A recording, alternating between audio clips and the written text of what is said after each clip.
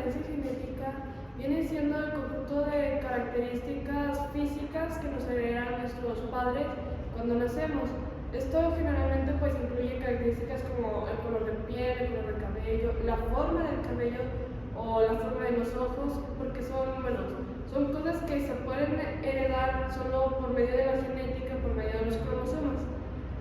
Bueno, esto significa en la herencia mexicana que tenemos dos grandes ancestros, dos grupos culturales que son ancestros, los cuales, somos mestizos, porque como se sabe, fuimos colonizados y por lo tanto, pues tenemos la herencia tanto española como pues, los mexicanos. Tenemos una diversidad por lo mismo. Y voy a empezar con los pueblos principales que nos heredaron la herencia, porque si bien no hubo muchos pueblos indígenas antes, como ya lo vimos en expediciones anteriores, pues muchos de ellos se extinguieron. Entonces, los que principalmente nos heredaron sus características, los del norte, serían los series, los tarahumaras y los tepehuanos. Esos estaban como en los estados. Aquí en Durango es como la zona límite, como de Durango hacia arriba. En el mapa es donde están los del norte. Luego tenemos centro y sur, que ya serían los de Zacatecas, de Jalisco, que vendrían siendo los nahuas, los purépechas y los totonacos.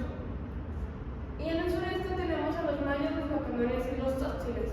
Eso ya es como en la zona de Guerrero, de Oaxaca, ya colindando con los otros países. Y el mestizaje no es asimétrico, porque no es de que todos tengan de que 50 y 50 de cada grupo, ya que había lugares donde había más concurrencia indígena y menos, y por lo tanto cuando empezaron pues a tener hijos entre unos y otros, pues no todos tenían la misma cantidad de rasgos que tenían los mestizos otros, porque además cuando dos papás tienen hijos no siempre se pasa 50 y 50 de esa información, de sus características, hay genes dominantes y son cosas que se van perdiendo con el tiempo.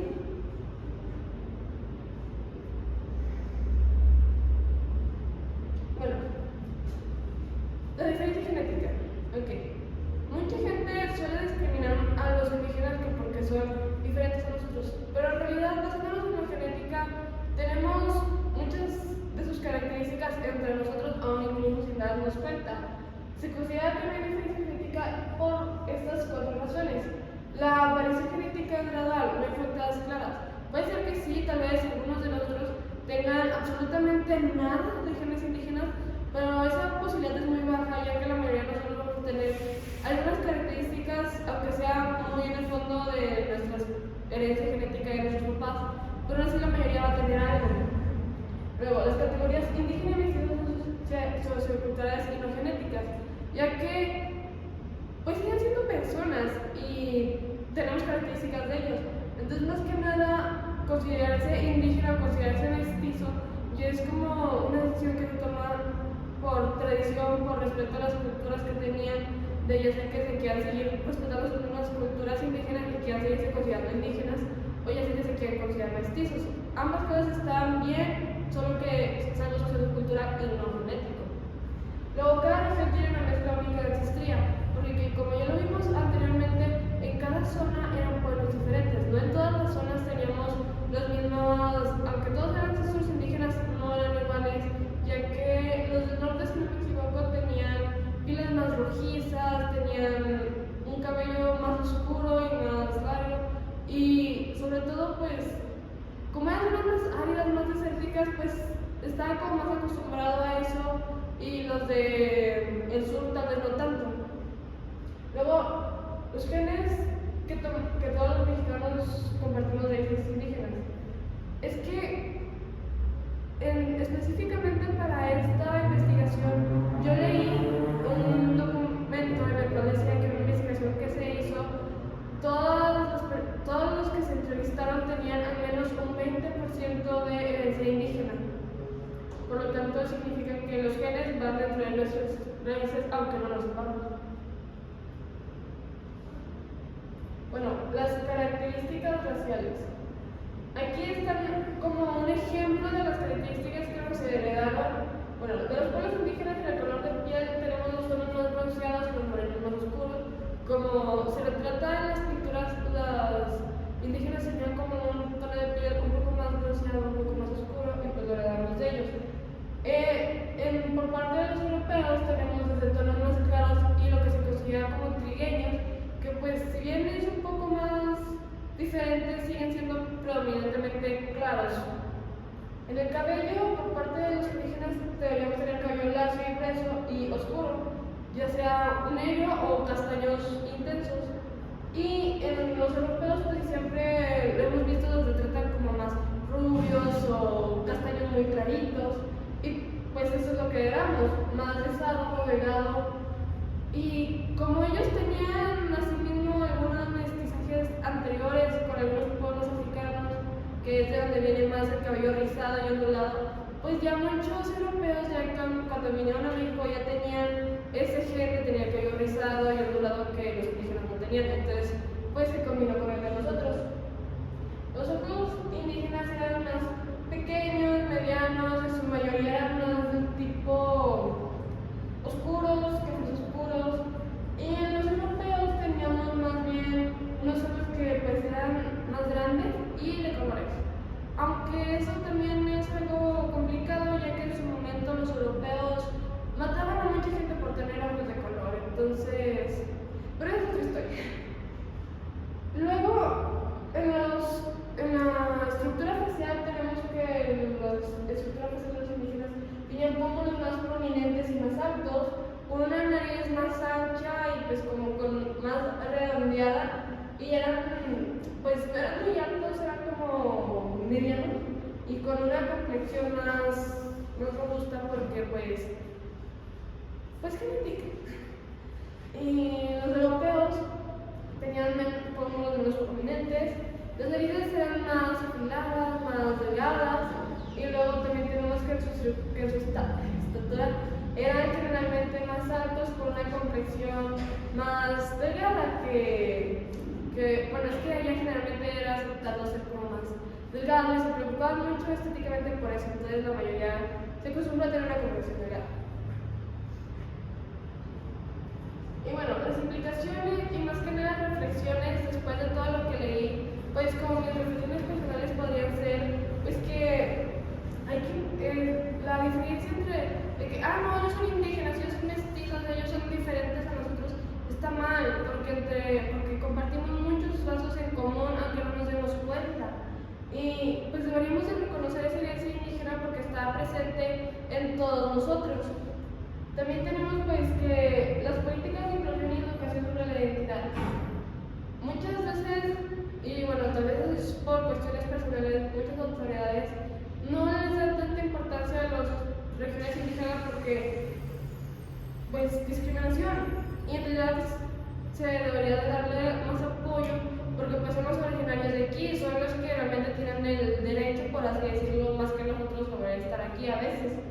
Y bueno, la genética nos ayuda a entender quiénes somos y a combatir la discriminación porque nos ayuda a entender quiénes somos, de quiénes venimos, quiénes eran nuestros ancestros, y cuando ignoramos esa parte pues se pierde.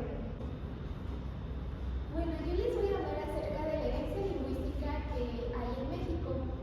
En México existen tres principales comunidades lingüísticas, que son la macro-maya, la macro-mixteca y la macro-náhuatl. La macro-náhuatl fue la última comunidad lingüística, o bueno, la que llegó posteriormente a la maya y la mixteca. Actualmente el náhuatl es la lengua indígena más hablada en México, por lo tanto la mayoría de palabras, usos lingüísticos que utilizamos actualmente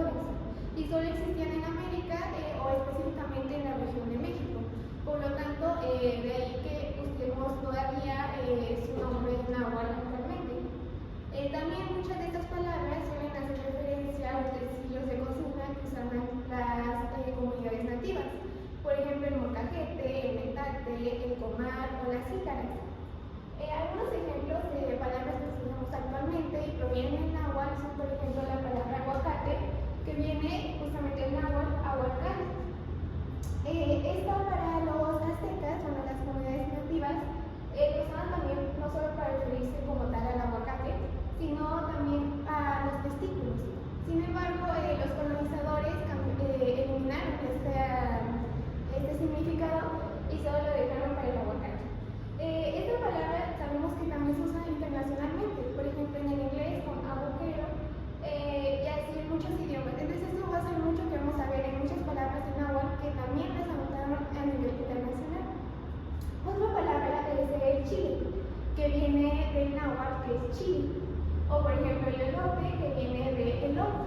O también está la palabra chicle, que viene del náhuatl titzli. El titzli en las comunidades nativas era un tipo de sustancia o goma que sacaban de los árboles y que bueno, luego se convirtió en lo que ahora es el chicle. Ahora esto es muy interesante porque vamos a ver que muchas palabras que en náhuatl empiezan con TS, en español las conocemos con la SH, bueno, es SH, porque en español este sonido no existe. Entonces también con la llegada de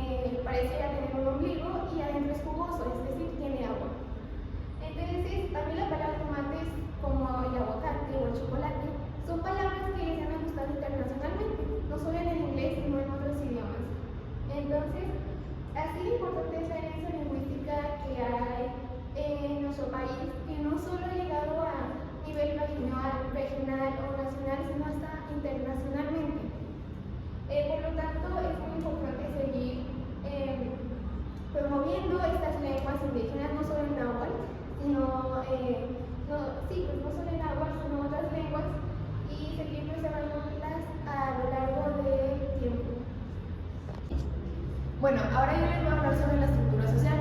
Como sabemos, cada civilización prehispánica desarrolló una cultura y un modelo de organización social diferente, pero a pesar de esas diferencias, compartían ciertas características, y la primera y la más importante es que eran politeístas y muy religiosos, lo que significa que su organización social estaba basada en servir a sus dioses. Además, estas sociedades dividían pues, su civilización en tres, que eran los gobernantes, los nobles y la gente común o la gente trabajadora. En los gobernantes pues era el líder de la civilización. Estos se encargaban de la política, la economía, lo militar y lo religioso. Además, estos llegaban al poder por medio del linaje, lo que significa que si el antiguo gobernante moría, su hijo tomaría el poder. También por estar arriba de la jerarquía social tenían ciertos privilegios o derechos que la gente común o los nobles no tenían.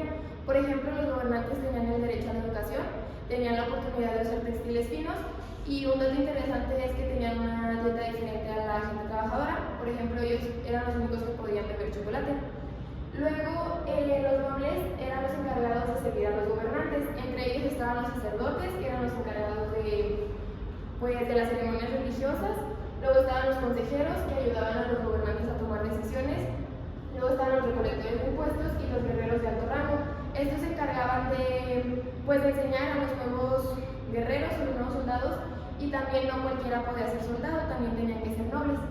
Y luego estaban los trabajadores, que eran los que se encargaban de servir tanto a los nobles como a los gobernantes. Y entre ellos estaban los que trabajaban la tierra, que vendrían siendo los agricultores, los cazadores, los artesanos, los comerciantes y los pescadores. Para entender un poquito más de la estructura social de estas civilizaciones, les voy a poner el ejemplo de la civilización mexica. El gobernante estaba encima de la pirámide y ellos lo denominaban como Tlatoani. Como ya lo mencioné, pues se encargaba de lo político, de lo económico, de lo militar y de lo religioso, además de que se aseguraba de que su pueblo viviera en buenas condiciones. Y pertenecía a la clase de los Pipitlin. Los Pipitlin significan nobles. Entre ellos, como ya lo mencioné, estaban los sacerdotes, que estos eran los encargados de la educación de los gobernantes o de los nobles. También se encargaban de organizar las ceremonias religiosas y de organizar los sacrificios, que eran muy comunes en esta cultura. Además, se aseguraban del mantenimiento de los templos. También estaban los recolectores de impuestos y los inspectores. Los recolectores de impuestos, pues como su nombre lo dice, recolectaban los impuestos de los trabajadores, ya que esta sociedad tenían los trabajadores que pagar un tributo. Y luego estaban los inspectores. Estos se aseguraban de que no hubiera conflictos o no hubiera algún desacuerdo. Y luego estaban los Macehualtin. Estos pues eran la clase trabajadora, que eran los agricultores, los cazadores, los pescadores y artesanos y comerciantes. Y como ya lo dije, ellos estaban obligados a pagar un tributo a sus dioses y a sus gobernantes, y esto lo pagaban por medio de su oficio. Y ya por último, a mero abajo de la jerarquía de la pirámide, estaban los Tlahtlacoltin, que estos eran los esclavos y ellos estaban meramente destinados al sacrificio. Y ya por último, cuando hablamos de estructura social, también nos referimos a cómo dividían sus tierras. Todas las culturas tenían ciertos espacios designados. Por ejemplo, todas las culturas tenían un espacio designado para sus templos y para su mantenimiento, para realizar sus ceremonias religiosas. También tenían un área designada para la vivienda de los nobles y de los gobernantes, luego otra área destinada para la gente trabajadora, y ya por último tenían otra área destinada para la agricultura o para la pesca o para la cacería. También para explicarles esto les voy a poner el ejemplo de la sociedad mexica. La sociedad mexica dividía sus tierras en capullis, que estos eran terrenos o barrios que repartían a las familias para pagar los tributos o satisfacer las necesidades comunales. Pero también tenían algunos capullis que eran utilizados para otros fines más específicos. Por ejemplo, tenemos los Altepatlali, que eran tierras del templo y para su mantenimiento, en las que se realizaban las ceremonias religiosas. Luego tenemos los Tlatocatlali y los Tecpantlali, que estas eran las tierras de los Pipitlin, que era donde vivían los nobles y los gobernantes. Y ya por último tenemos las tierras de Michimali y Cacalomili, que eran las tierras destinadas a sufragar los gastos de la guerra. Hola compañeros, yo les hablaré sobre la herencia alimentaria. Bueno, para comenzar les quiero decir que la gastronomía mexicana actual se basa en las dietas que existían antiguamente dentro de nuestro país. Ellos nos heredaron tanto técnicas culinarias, platillos, bebidas, cultivos y también les voy a hablar sobre los animales que se domesticaban. Quiero comenzar hablándoles sobre los cultivos básicos que nos heredaron las antiguas civilizaciones, comenzando con el maíz. El maíz, como sabemos, es una parte fundamental en nuestra dieta ahora en la actualidad. El maíz proviene de Tehuacán, en México, y consiste en una mazorca que tiene granitos y se utiliza para crear gran diversidad de platillos. Después tenemos el frijol. El frijol proviene de Mesoamérica y fue domesticado en nuestro país, en México. Para el frijol, las antiguas civilizaciones lo utilizaban para preparar sopas o también como acompañamiento a otro platillo. Luego tenemos la calabaza, que la calabaza proviene de Tamaulipas y también de Mesoamérica. La calabaza utilizaban principalmente su pulpa y sus semillas para preparar otros alimentos, otros platillos. Después está el chile. El chile proviene de Mesoamérica y fue domesticado en México. Para el chile ellos lo utilizaban pues como ahora lo utilizamos pues para darle sabor a las comidas y ya dependiendo de si lo queremos con más picor o no tanto. Luego está el tomate, que el tomate proviene de Mesoamérica y también fue domesticado aquí en México. Para el tomate se utilizaba principalmente para hacer salsas y para darle un sabor tanto dulce pero a la vez agrio a los platillos. Después está el aguacate. El aguacate proviene de Centroamérica y fue domesticado también en México. El aguacate se utilizaba principalmente también como acompañamiento a otros platillos o para preparar guacamole. Luego está el nopal. El nopal viene de Mesoamérica y bueno, como sabemos, el nopal es un gran representante de México, ya que lo encontramos en nuestra bandera. Y también se utilizaba pues para preparar algunos platillos o como acompañamiento. Después está el cacao, que el cacao proviene de Mesoamérica y pues se utilizaba para hacer atole, chocolates o para consumir en platillos también. Ahora les hablaré sobre los platillos y las bebidas que nos heredaron. Comenzando con los tamales. Los tamales están hechos a base, la masa está preparada a base del maíz y la hoja que se utilizaba antiguamente para el tamal estaba hecha a partir de las cáscaras de plátano. Todavía en ciertos lugares de nuestro país se sigue utilizando de esa manera, pero ya no tanto como antes. También pues para el tamal se utilizaba carne adentro de él, que la sacaban pues a partir de animales que cazaban. Después está el pozole, que el pozole también está preparado pues a base de maíz, ya los granitos están hechos a base de maíz. También tiene carne, que la carne la sacaban de los animales, principalmente del chochoscuincle, y pues también se le agrega chile o actualmente para arriba también algunas personas le pueden poner lechuga o diversidad de cosas y limón también. Después está el atole, que otra vez el atole está preparado a base del maíz, que como les digo, el maíz era fundamental y sigue siendo fundamental en gran diversidad de platillos, y también se le agregaba cacao, agua y el atole se utilizaba en ceremonias normalmente o en rituales. Luego están las enchiladas, que nuevamente las enchiladas están hechas a base de maíz, lo que es la tortilla, y pues también se le puede agregar carne adentro o queso, como conocemos ahora, y también tomate para preparar la salsa que lleva arriba, chile. Luego están los totopos, que los totopos pues están hechos a base tortilla, que pues, la tortilla viene del maíz. Y un dato interesante sobre los totopos es que los deshidrataban al sol para así conservarlos por un mayor tiempo. Luego tenemos el guacamole, que el guacamole está hecho pues con aguacate, pico de gallo, que el pico de gallo contiene tomate, cebolla y chile, y también se le puede agregar cilantro, limón y pues también sal. Después está el chocolate, que el chocolate también era utilizado principalmente en ceremonias o rituales, y para prepararlo se utilizaba cacao, agua y pues creo que eso. Y luego está el mezcal. Para el mezcal el principal ingrediente es el maguey y se obtenía a partir de la destilación del corazón del agave. Ahora les hablaré sobre los animales que domesticaban. Bueno, ellos cazaban algunos animales y aprovechaban su carne pues para su consumo, y también su plumaje, sus plumas, su piel para hacer vestidos o objetos de adorno. Los principales animales que se utilizaban antiguamente eran las aves acuáticas, liebres, conejos, faisanes y también los venados.